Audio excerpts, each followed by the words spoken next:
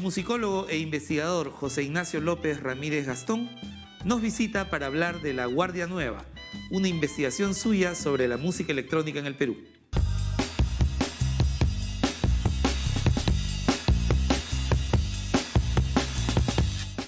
José Ignacio, bienvenido a Presencia Cultural. Muchas gracias. Me gustaría comenzar esta conversación un poco indagando en tu interés por este campo de estudio, tu interés por la música electrónica. ¿Cómo nace? Bueno, en general estoy interesado en música y en muchos aspectos de la música, pero yo creo que eso fue el resultado de la invasión del post-punk, del new wave, de una serie de estilos musicales cuando yo era joven en los 80s, ¿no? Entonces en los 80s yo compraba mis revistas ahí en Miraflores, mi revista Bravo, mi revista Pop Rocky, que eran revistas de rock extranjeras, no entendía nada, pero veía las fotos y me emocionaba y empecé a ver en las fotos también sintetizadores, computadoras, usando en la música, y a mí eso me pareció una locura, ¿no? Me pareció loquísimo que alguien... era el futuro, era como ver el futuro. Entonces me empecé a obsesionar con esta forma de ver la música como un desarrollo histórico que se va transformando conforme el tiempo pasa y conforme se desarrolla la tecnología. Entonces, y eso fue en los 80, ¿no? Entonces ya después, con los años han pasado muchas cosas, ¿no? Eso es interesante porque también nos muestra una convergencia única, ¿no? Entre arte y ciencia, ¿no?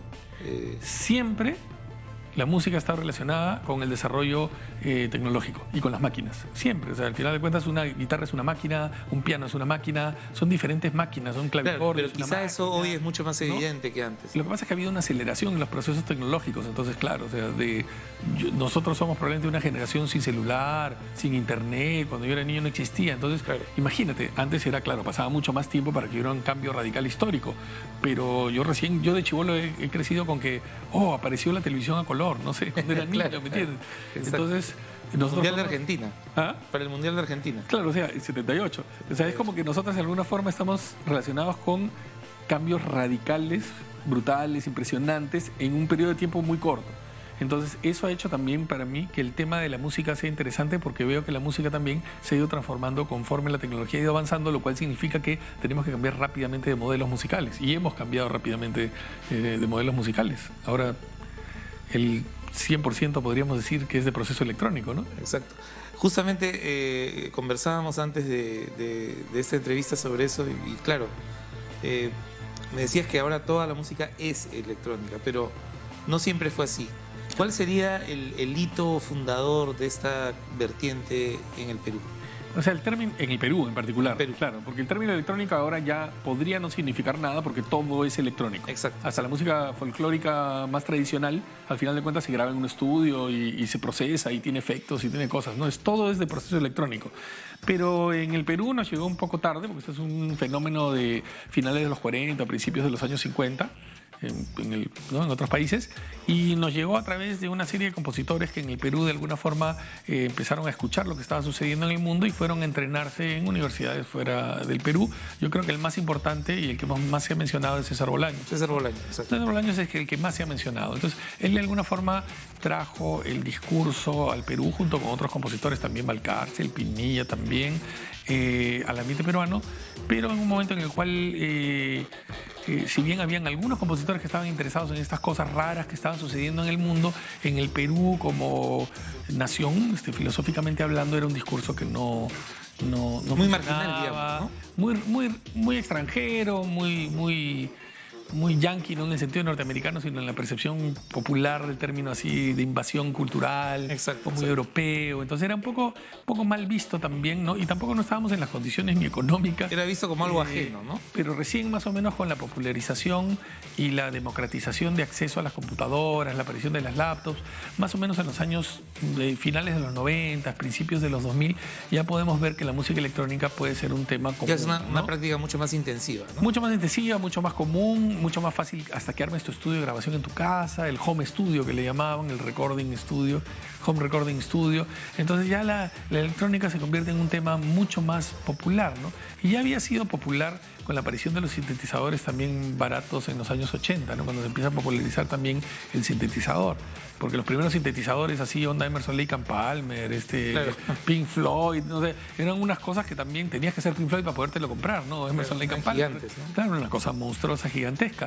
Y los MOOCs primeros también, o sea, sí llegan a Perú algunos, se usan hasta en la cumbia, en peruana, en la chicha, empiezan a llegar y ya es más fácil utilizar, ¿no? Los pedales para guitarras, que al final de cuentas son desarrollo de la música electrónica y de la música concreta, se empiezan a usar. Entonces, los efectos y un montón de cosas. Entonces, nosotros lo vemos aquí desde, lo podemos ver desde los 60, desde los 80, poco a poco, pero más o menos 80s y 90s es un boom, y el de lo que llaman computer music, que es diferente al electronic music, ya sí lo podemos ver con muchísima más fuerza en los años 2000, ¿no? ¿Cómo ha redefinido esto el rol tradicional de un músico?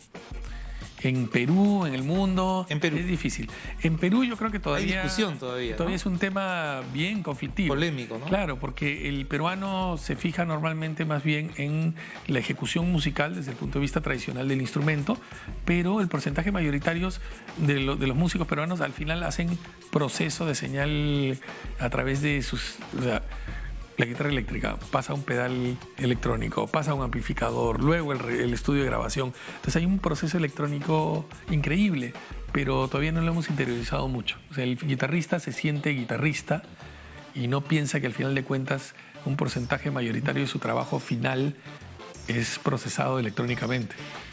Es decir, es como cuando dices, no sé, quítale un delay a Cerati.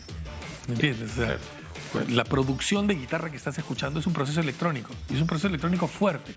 No es como una guitarra acústica que tocas un acorde, tocas una línea melódica o algo así y ahí quedó el asunto. El sonido mismo de la banda depende, el sonido del músico, del instrumentista común, depende de todo este proceso electrónico.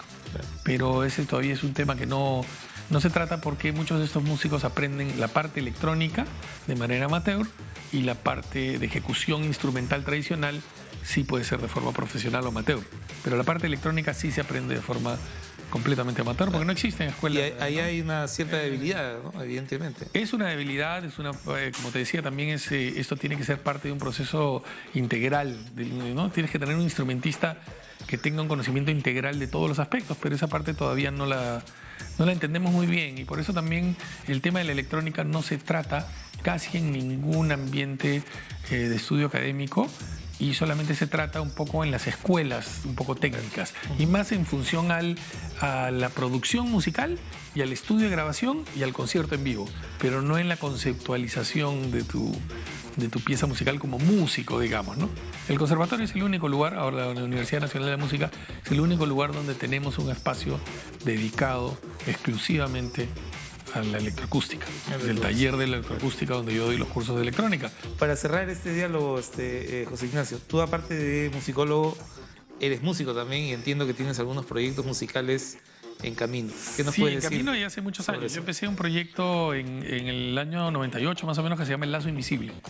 Y El Lazo Invisible es un proyecto de música electrónica que hace muchas cosas diferentes y que se basa en la idea de que hay una serie de elementos sueltos que son los que conforman la identidad de una persona, y que ese lazo invisible que los une es lo que genera este proyecto, ¿no? Es un tema de identidad nacional, identidad peruana, identidad personal, ¿no? Y también tengo, aparte del Grupo Miel, que formé en el año 2003 en México, y que ahora está en Lima desde que he regresado en el 2011, y que es un proyecto de música rock, electro, rock, pop experimental, pero que tiene como función no solamente hacer música, sino enfrentar una serie de discursos y paradigmas peruanos sobre lo que se debe y no se debe hacer en la música.